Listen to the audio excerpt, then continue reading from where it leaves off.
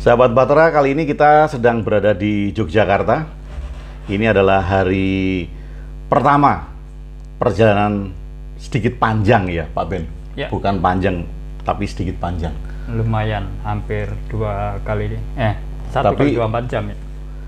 Bisa 1 minggu ya? 1 minggu ke depan. Kemungkinannya Ya, Evi ya, Bunda ya. Iya Pak, kemudian semingguan.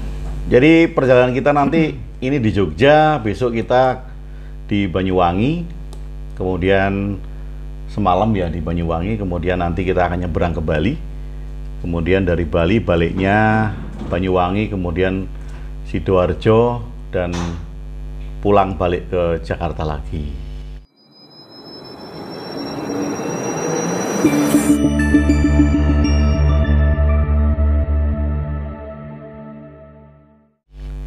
Capek nggak Pak Ben? Lumayan. Yang jelas penyeberangan situasional ya, menunggu Situasional. kondusif ya. Nah kalau Evi sama Bunda Rita capek? Capek sih, tapi Terbayar dengan bakalan pengen lagi karena terbayarkan dengan terbayar dengan foto di Tugu Jogja tadi malam. Nah ini Evi, Bunda Dita sama Mami tidak nampak karena sedang baru saja bersih-bersih. Belum pakai baju. Sudah pakai baju tetapi Baju belum tidur. baju tidur. Jadi tidak tampak. Jadi sahabat Bahtera, perjalanan kali ini bukan tanpa misi. Ya Pak Ben. Ya, Jadi perjalanan kita ke timur, ya kan? Betul nggak? ya, ini kebalikannya Sun Gokong. Sun Kalau Gokong Sun itu- Gokong perjalanan ke barat untuk mengambil kitab suci, kita akan mengembalikan ke timur. Oh, ini perjalanan ke timur mengembalikan kitab suci ya. Jadi perjalanan dari Jakarta ke Bali mengembalikan kitab suci. Jadi ceritanya besok awal Desember kita mau mengadakan retreat meditasi lagi. Yang biasanya kita adakan di Permata Hati.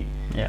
Nah, besok awal Desember, tadinya November, tetapi karena ada G20, ya di Bali itu ada G20, lalu ada beberapa hal yang mesti harus kita pikirkan untuk sedikit kita geser. Jadi kemungkinan awal Desember, tanggal berapa Bunda Rita? 2, 3, 4. 2, 3, 4. Yang Jadi- jelas setelah clear delegasi G20. 20 kembali. Kalau enggak kita paksa kembali. Ya, Ya enggak ya, kan biarkan mereka berwisata ke Bali. atau ini bagian dari G20? Ini bagian rahasia dari G20. Sisi lain. Kita membawa misi rahasia dari G20. Jadi awal Desember itu 2, 3, dan 4 kita akan mengadakan retreat meditasi 3 hari di Bali. Jadi sahabat Bahtera yang mau ikut serta, mau bergabung bersama kami di retreat meditasi itu, silahkan persiapkan diri. Nanti saya akan berikan informasi pendaftarannya di grup Telegram. Bagi yang belum join di grup Telegram, silahkan join di grup Telegram dengan klik link yang ada di deskripsi ini. Nah, Pak Ben, kira-kira kalau kita bicara tentang perjalanan ini, kan ada acara yang sebetulnya kita geser, yaitu tadi malam harusnya kita ada kelas kajian. Nah, kelas kajian kita itu membahas buku Revelation karya Paul Roland yang membahas sejarah agama-agama. Jadi agama-agama dari Mesir kuno, kemudian Yunani, sampai ke agama modern. Nah, maksudnya kita kaji itu supaya kita tahu agama itu berasal dari mana sih? Berasal dari Tuhan? Atau berasal dari manusia? Atau buatan manusia gitu. Nah, itu menarik. Nah, tapi tadi malam, malam ini kan harusnya ada kajian, tapi kita geser karena adanya gangguan koneksi internet. Jadi kurang stabil ya. kurang stabil di tempat kita ini sekarang, internetnya kurang stabil. Jadi untuk Zoom itu sedikit terputus-putus, patah-patah, daripada nanti mengganggu suara kita yang ada di sini. Jadi kajian itu kita undur, kita geser di hari Selasa. Tadi sudah cari alternatif sebetulnya, tapi kita salah pilihan, Pak. Pilihannya apa, Pak? Tadi kan kita ke kafe, Aha. ternyata yang kita harapkan sunyi ternyata malah rame-rame. Oh iya, tadi kita ke kafe, Ternyata kafe yang kita kunjungi yang namanya Menua Cafe itu rame banget. Yang konon katanya ada si siapa? Yang lagi viral itu. Yang lagi viral itu. Ternyata nggak ada. Ternyata nggak ada, jadi ada penyanyi yang lain. Nah, lumayan lah, cukup menghibur gitu. Nah, tapi kalau tentang kajian Revelation ini sendiri, Pak Ben, kalau kita undur di hari Selasa, sebetulnya kan nggak masalah ya? Ya nggak masalah. Ini kan hanya pergeseran waktu. Yang jelas teman-teman bisa mengalokasikan waktu lah bareng beberapa. Karena memang sesuai dengan prinsip dari kehidupan ya, unpredictable, unexpected. Tapi artinya, kalaupun Selasa besok berjalan, kajian jadwal tetapnya yang malam Sabtu, ya akan kembali tetap lagi. Kembali lagi. Akan kembali lagi. Ini hanya situasional. Karena perjalanan kita yang ke timur mengembalikan kitab ini. Kitabnya memang kita pinjam, Pak Ben. Iya. Jadi kita kembalikan lagi. Nah, kalau terkait dengan kajian Revelation, sebetulnya malam ini tuh kita membahas sesuatu yang menarik, Pak Ben ya. Tentang Musa, Nabi Musa. Itu yang bab 4 sampai yang sekarang ini topik 456 ya. Salah satunya adalah tentang Nabi Musa atau Moses. Nah, ini menarik karena kita mengenal Nabi Musa ini kan kecilnya itu ditemukan di sungai karena memang dihanyutkan oleh ibu kandungnya, karena saat itu Fir'aun sedang, ceritanya Fir'aun sedang memerintahkan karena dia dibisiki oleh seorang ahli peramal ya, ahli nujum peramal, bahwa dia nanti akan digulingkan oleh anak laki-laki. Jadi saat itu Fir'aun memerintahkan seluruh bayi laki-laki dibunuh. Ini ceritanya. Kemudian ada bayi laki-laki yang tidak ingin dibunuh, dia dihanyutkan di sungai. Kemudian ditemukan oleh putri Fir'aun yang kemudian dipelihara sampai akhirnya besar dan menjadi nabi. Nah, itu ceritanya. Anda percaya dengan cerita itu atau tidak, terserah Anda. Tetapi ada sesuatu yang unik, bahwa mungkin saja cerita-cerita nabi-nabi itu merupakan metafora ya, Pak Ben ya? Atau sasmito di dalam bahasa Jawa. Ya. Seperti cerita Dewa Ruci gitu ya. Ya. Mosok kemudian ada Dewa Ruci itu masuk ke telinga Dewa Ruci yang gede gitu, Dewa Ruci kecil masuk ke telinga Dewa Ruci yang gede gitu. Nah, itu kan sasmito, Pak Ben kan? Kalau bahasa modernnya ya metafora itu tadi, Pak. Metafora. Dan sangat mungkin. Dan kitab itu suci unik juga, Pak. Ternyata zaman leluhur dulu itu sudah bisa memahami bahasa pikiran, Pak ya. Yang ketika dengan bahasa pikiran dia bisa lebih masuk ke pikiran bawah sadar ya, dengan bahasa metafora itu ya. Cerita ya. Dengan cerita itu. Nah, kadang ada hal yang lucu juga kan, Pak Ben? Lucu itu bukan berarti salah ya, jangan salah paham. Lucu itu bukan berarti salah, karena ini bukan tentang salah dan benar.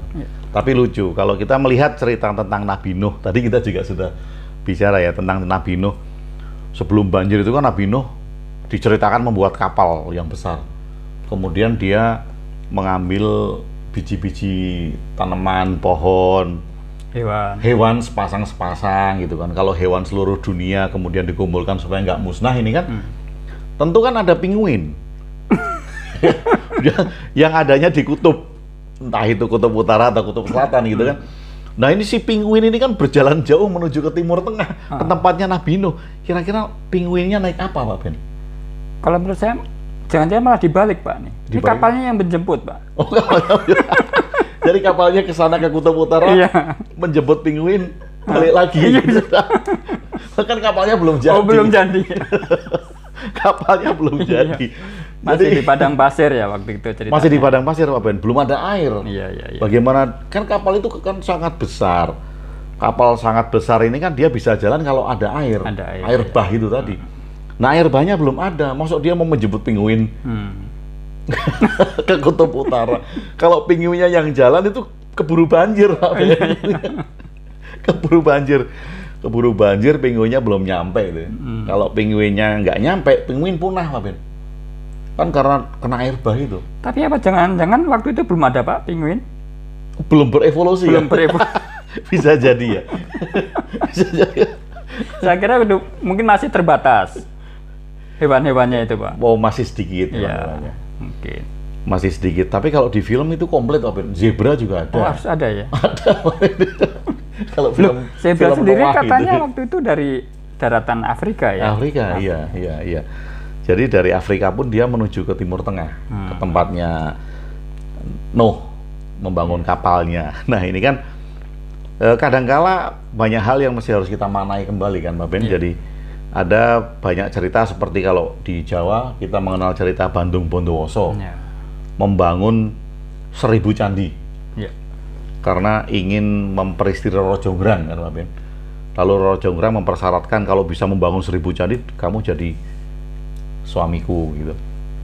Nah dalam satu malam itu kira-kira ada nggak yang bisa membangun 1000 candi, Pak Ben? Dibantu jin, Pak Ben. Ya, tetap semuanya perlu proses kan, Pak ya. Dan itu jelas nggak, satuannya bukan waktu jam ya, bukan waktu itu. Walaupun dibantu jin, Iya. seperti cerita Nabi Sulaiman. Iya. Nabi Sulaiman membangun kerajaannya Perlu dibantu waktu. jin, karena Nabi Sulaiman diceritakan bisa berkomunikasi dengan jin. Ya. Nah, ini di kajian Revelation juga ada, Pak Ben.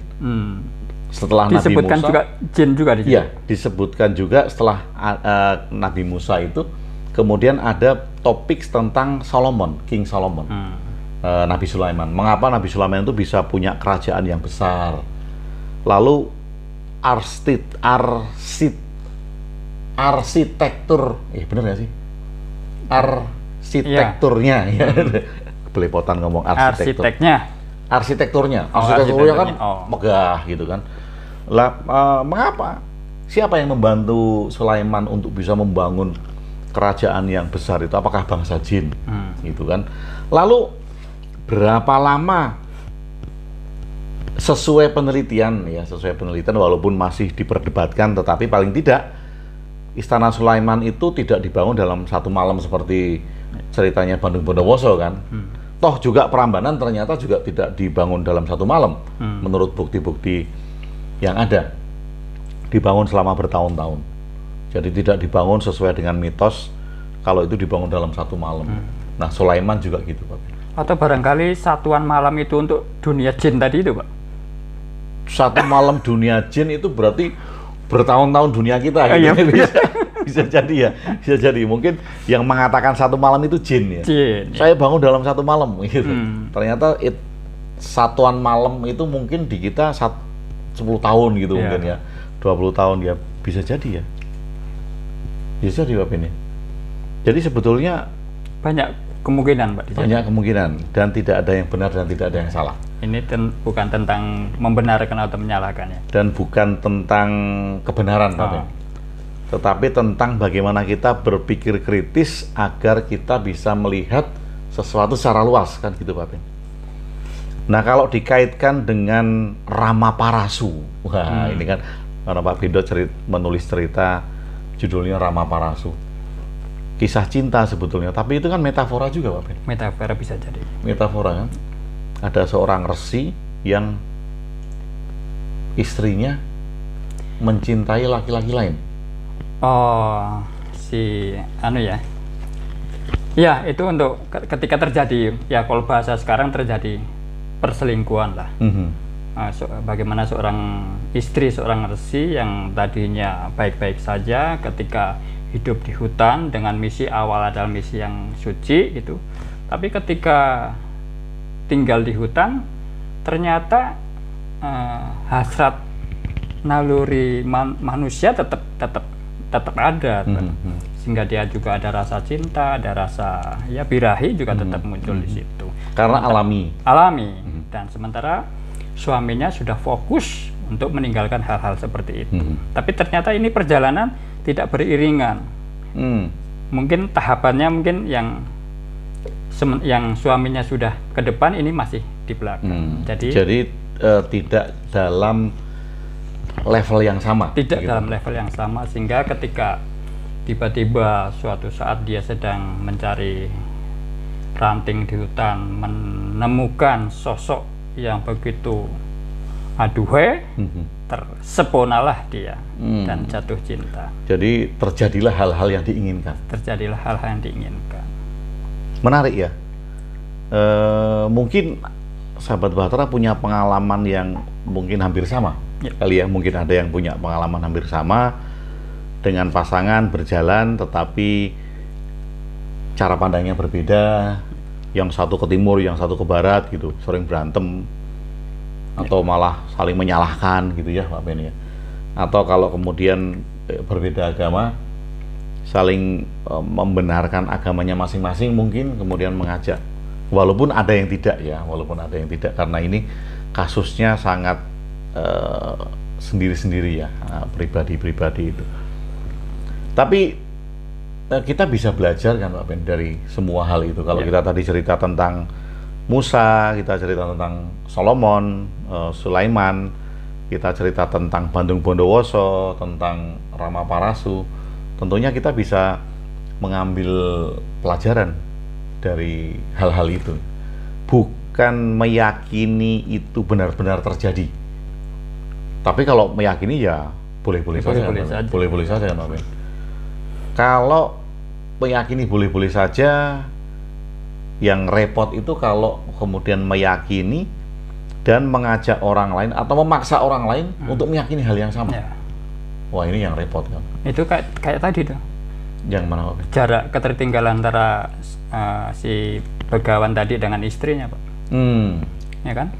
Ternyata begawan sendiri itu tidak bisa mengajak istrinya untuk berposisi seperti begawan untuk memiliki pemikiran yang murni, ya kan? Tetap walaupun udah suami istri tetap ada jarak yang berbeda. Karena evolusi masing-masing manusia ini berbeda. Sangat pribadi sekali. Iya. Sebetulnya ini suaminya tahu loh Pak, istrinya selingkuh itu tahu. Tapi dibiarkan. Ada kesadaran bahwa ini memang perjalanan dia harus melalui itu dulu. Wow. Nanti dia akan mendapatkan pelajaran dari situ. Wah, kalau Anda laki-laki, siapkah? Seperti begawan Rama Parasu, mempunyai kesadaran yang super seperti itu. Tapi ya karena ini cerita ya Pak Ben ya. Ini cerita, memang tidak ada manusia yang sempurna. Manusia pasti punya emosi, punya marah, punya gejolak-gejolak yang lain ya. Tetapi paling tidak dengan kondisi begawan Rama Parasu itu kan kita bisa belajar. Bisa belajar bahwa masing-masing manusia tadi punya tingkat evolusinya sendiri-sendiri. Nah ini kalau melihat Evi kayak didongengin, jadi dia udah terlelap, katanya capek itu kan. Udah benar-benar nggak denger dia. Yang masih mulai Bunda Dita. Tapi bukan istri begawan, Pak? Mungkin saja di kehidupan yang lalu. Dia sudah masuk di dalam alam imajinasi. Karena besok rencana kita malam ya, kita besok malam jalan ke Banyuwangi, kemudian ke Bali, yaitu karena kita survei tempat untuk retreat meditasi di bulan Desember, awal Desember. Karena kita harus survei sendiri agar kita tahu spesifikasi tempat yang firm untuk kita gunakan kegiatan-kegiatan meditasi ala kita. Konon kata bisik-bisik tetangga ini juga ke Bali ini juga demi memenuhi keinginan sahabat-sahabat yang di sana ya Pak ya? Ya, jadi sebetulnya enggak juga Pak. Oh enggak juga? Enggak juga, artinya kita tidak berusaha untuk memaksakan apapun gitu kan, tapi karena ada satu momen kita pernah mengadakan di Sidoarjo, di Trawas ya. Kemudian kita juga pernah mengadakan di Jogja, Merapi. Seringnya kita adakan di Cisarua. Kemudian ini ada satu momen kita akan adakan di Bali.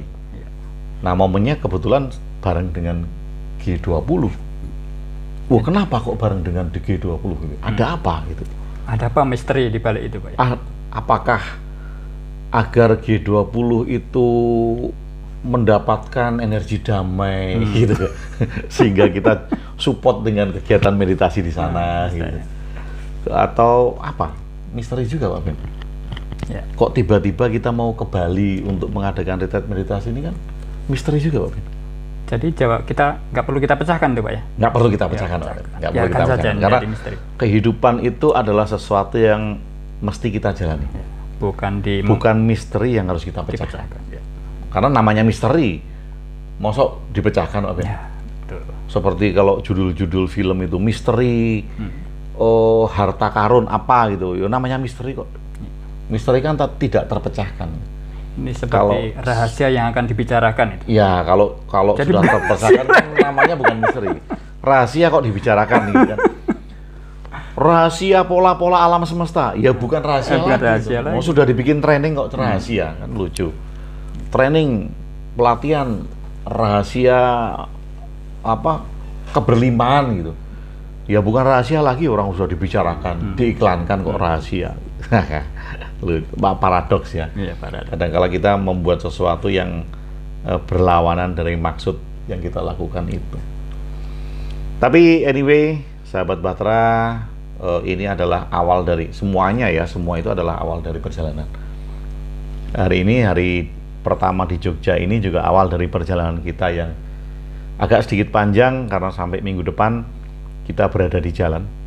Ya. Ya, kalau zaman dulu itu zamannya Nabi, zaman nabi-nabi ya, orang-orang yang disebut Nabi, dianggap Nabi ini berjalan untuk menyebarkan apa Pak Ben ya? Ajaran, pemahaman gitu. Apa jangan-jangan perjalanan ini bisa disebut kalau dalam bahasa dulu mungkin kafilah juga nih Pak? Iya Pak Ben, kafilah. Kafilah yang naik mobil.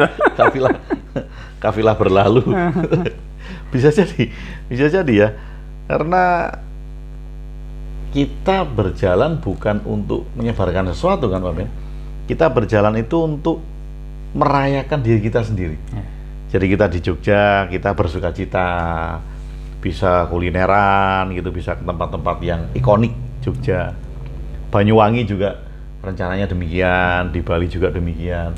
Jadi sepanjang ini kita juga silaturahmi ya dengan sahabat-sahabat sepanjang ya, sahabat-sahabat yang jarang kita temui dan hanya bertemu di Facebook. Saatnya di kita Instagram. yang bergerak untuk menemui mereka. Saatnya kita yang bergerak, bukan kita menunggu untuk bergerak.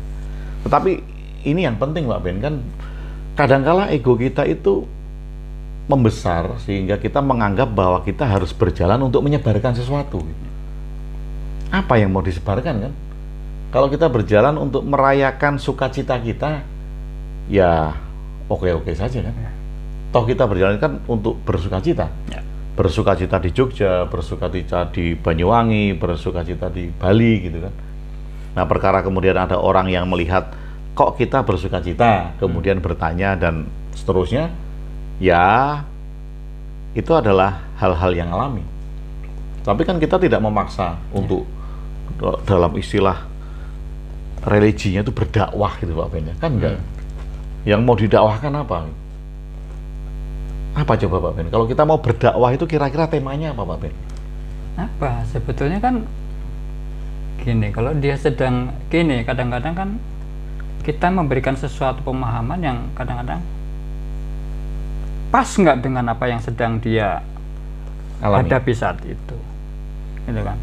Nah, seperti ini di depan ada jeruk lemon, minuman jeruk. Kalau dia tidak sedang menekuni air teh, kok tiba-tiba kita kasih lemon? Oh, lemon. Ini loh yang bagus untuk ini. Oh. Nanti perjalanan dia akan bergeser ya. Atau gimana tuh Pak Agung? Ya karena kan harus beli lemonnya Pak Ben. Nah, itu kan. Di mana belinya Pak? Di Pak Bendot.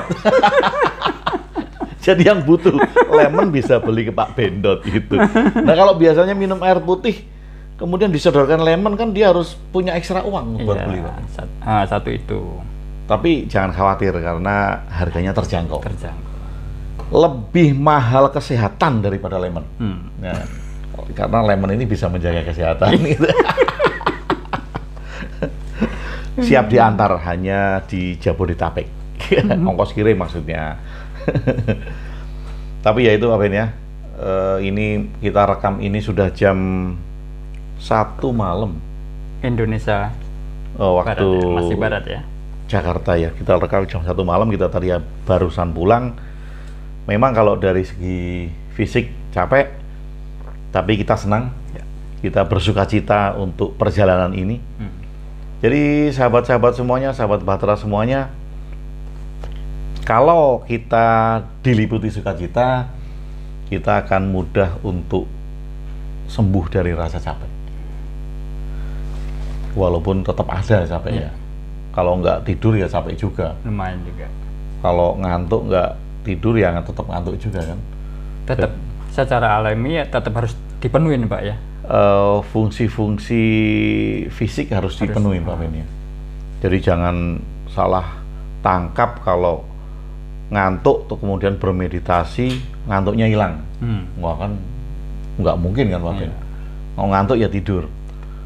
Lapar bermeditasi laparnya hilang gitu. Nggak bisa. Meditasinya salah lagi Pak Ben. Meditasinya harus sambil makan. Meditasi makan berarti. Meditasinya salah. Meditasinya visualisasi Pak Ben. Jadi dia lapar, visualisasi makan sate. Malah tambah lapar ya kan karena dia membayangkan sate itu. Jadi jangan salah kaprah gitu ya. Jadi yang masih bangun suaranya Bunda Dita. Hai. Mami. Ya kurang keras itu jadi. Ayo, tutup tidur. Yang satu Evi ini sudah tidur. Sahabat Bahtera, karena lama saya tidak menyapa, jadi ini saya sapa. Kita sedang berada di dalam perjalanan, jadi mohon maaf kalau videonya juga agak sedikit lambat. Tetapi paling tidak dengan video ini kita menyapa sahabat-sahabat Pak Ben ya. Menyapa sahabat-sahabat, dan ada yang nunggu nggak ceritanya Pak Ben lagi tentang Rama Parasu? Kalau ada yang nunggu nanti Pak Ben cerita lagi tentang Dewa Ruci mungkin? Enggak, yang jelas Rama Parasu ini tetap bisa diikuti di halaman di web inspirasiana.com. Inspirasiana. Ya, atau di aplikasi Ruang Diri.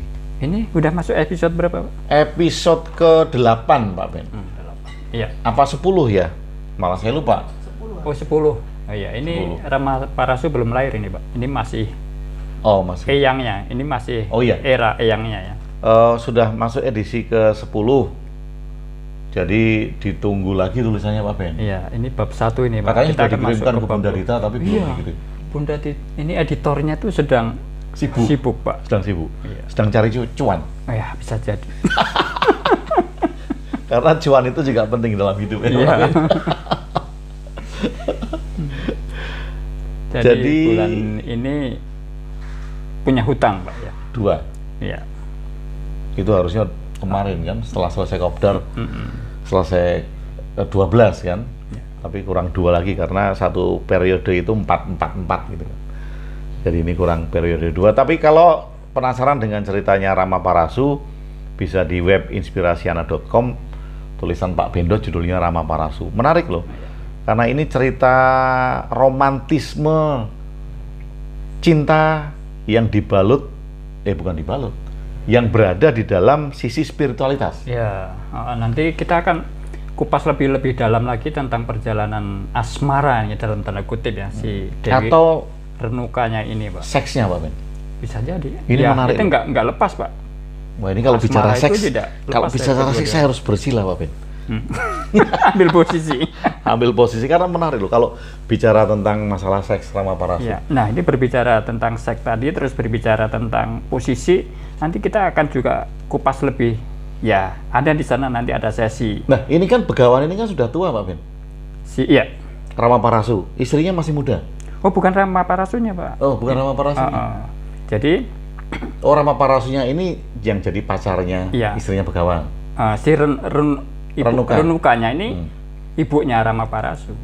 Nah, nanti iya. Rama Parasu akan mendapatkan tugas dari bapaknya untuk menebus kesalahan-kesalahan si Dewi Renuka karena melakukan hal yang menurut. Tetapi cerita seksnya ini ada di mana, Pak? Di Begawannya itu sama? Di Renukanya, Pak, di istri Begawannya itu, dengan ternyata di sosok datang lagi yang namanya Citra Rataranti. Nah, jangan-jangan Renuka ini tidak mendapatkan kepuasan seks dari Begawan? Bisa jadi, karena Begawannya sudah fokus, sudah tidak memikirkan,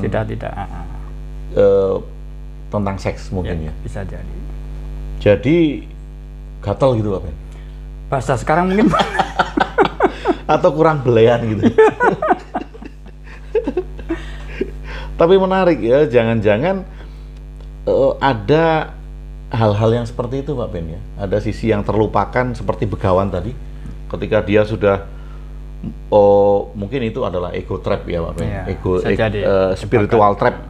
Ketika dia hanya memikirkan tentang spiritualitas dan hal-hal yang bersifat fisik ini dilupakan, ya itu konsekuensi juga kan Pak. Padahal dia masih punya tanggung jawab ya sebagai seorang suami. Ya. Harusnya dia tidak egois, hanya mengejar Spiritualitas. atas nama spiritualitas. Harusnya dia juga masih memuaskan. Ya, harusnya lebih berkualitas. Karena Jangan kuat. dibuka semua. Oh, jangan iya, dibuka iya, semua. Jangan dibuka. Nanti nggak bacaan itu ya nggak ini ya. Kita keep aja. Oh, iya.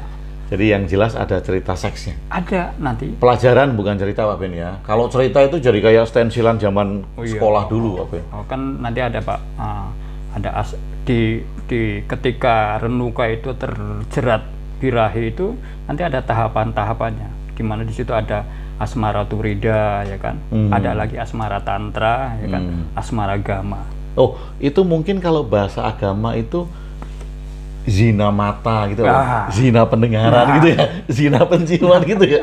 Tapi jangan dibuka dulu Pak. Oh, gitu. Itu bagian itunya biar teman-teman nanti berpikir apa itu asmara tantra, asmara. Ya. Oke, kalau Tapi gitu, bocoran boleh, bocoran. bocoran boleh. Jadi menarik memang kalau bicara seks, karena banyak orang yang pengen kuat seks. Apalagi kita kemarin bicara tentang semen retention, menunda ejakulasi. Ya. Nah itu kan juga banyak sekali yang bertanya kan, bagaimana cara melakukan itu, kemudian apakah itu menambah kekuatan atau tidak gitu. Jadi kayaknya kok pikirannya cuma seks melulu ya. Nah itu kan jadi kebalik-balik Pak. Yang tujuan awalnya mulia adalah untuk penghematan. Kalau tiba-tiba teman-teman ada yang mengejar itu, hanya sekedar memenuhi itu kan ini pemborosan malah Pak. Iya. Makanya dijanjikan bidadari di surga untuk memuaskan itu. Untuk Enggak ya, hadiah kan? hadiah. Kalau hadiah ya Bonus. mesti diterima kan? Iya. Nggak usah diperdebatkan. Iya. Nggak gitu. Baik, sahabat Watera, karena sudah jam 1, jadi kita juga butuh istirahat. Kita akan sambung lagi, mudah-mudahan nanti di Banyuwangi kita juga sempat menyapa, di Bali kita sempat menyapa, di perjalanan ini kita sempat menyapa karena cinta. Ya. Iya, karena cinta kita, ketika kita mencintai seseorang, mencintai sesuatu, pasti kita ingin menyapanya terus-menerus. Iya. Jarak tidak akan menjadi masalah. Jarak tidak akan menjadi masalah. Dan yang namanya kesibukan itu tidak ada Pak Ben. Ya. Ini quote terakhir ya. Yang namanya orang sibuk itu tidak ada. Yang ada adalah prioritas. Ya. Dan cinta akan mendekatkan jarak. Mendekatkan jarak dan bisa memprioritaskan sesuatu.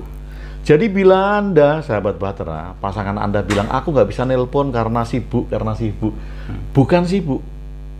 Ternyata karena prioritas, berarti dia sudah tidak memprioritaskanmu. Karena nggak ada orang yang sibuk, benar-benar sibuk itu nggak ada. Yang ada adalah prioritas. Prioritas. Bagaimana Skala prioritas. orang itu bisa menempatkan prioritas mana yang paling penting, kurang penting, kemudian tidak penting. Jadi prioritas malam ini kita istirahat. Prioritas malam ini kita tidur dulu. Oke. Supaya perjalanan ke depan itu bisa segar Ya. besok-besoknya. Oke, sahabat Bahtera, terima kasih sudah bersama saya Gung Webi di Ruang Diri. Stay original and authentic.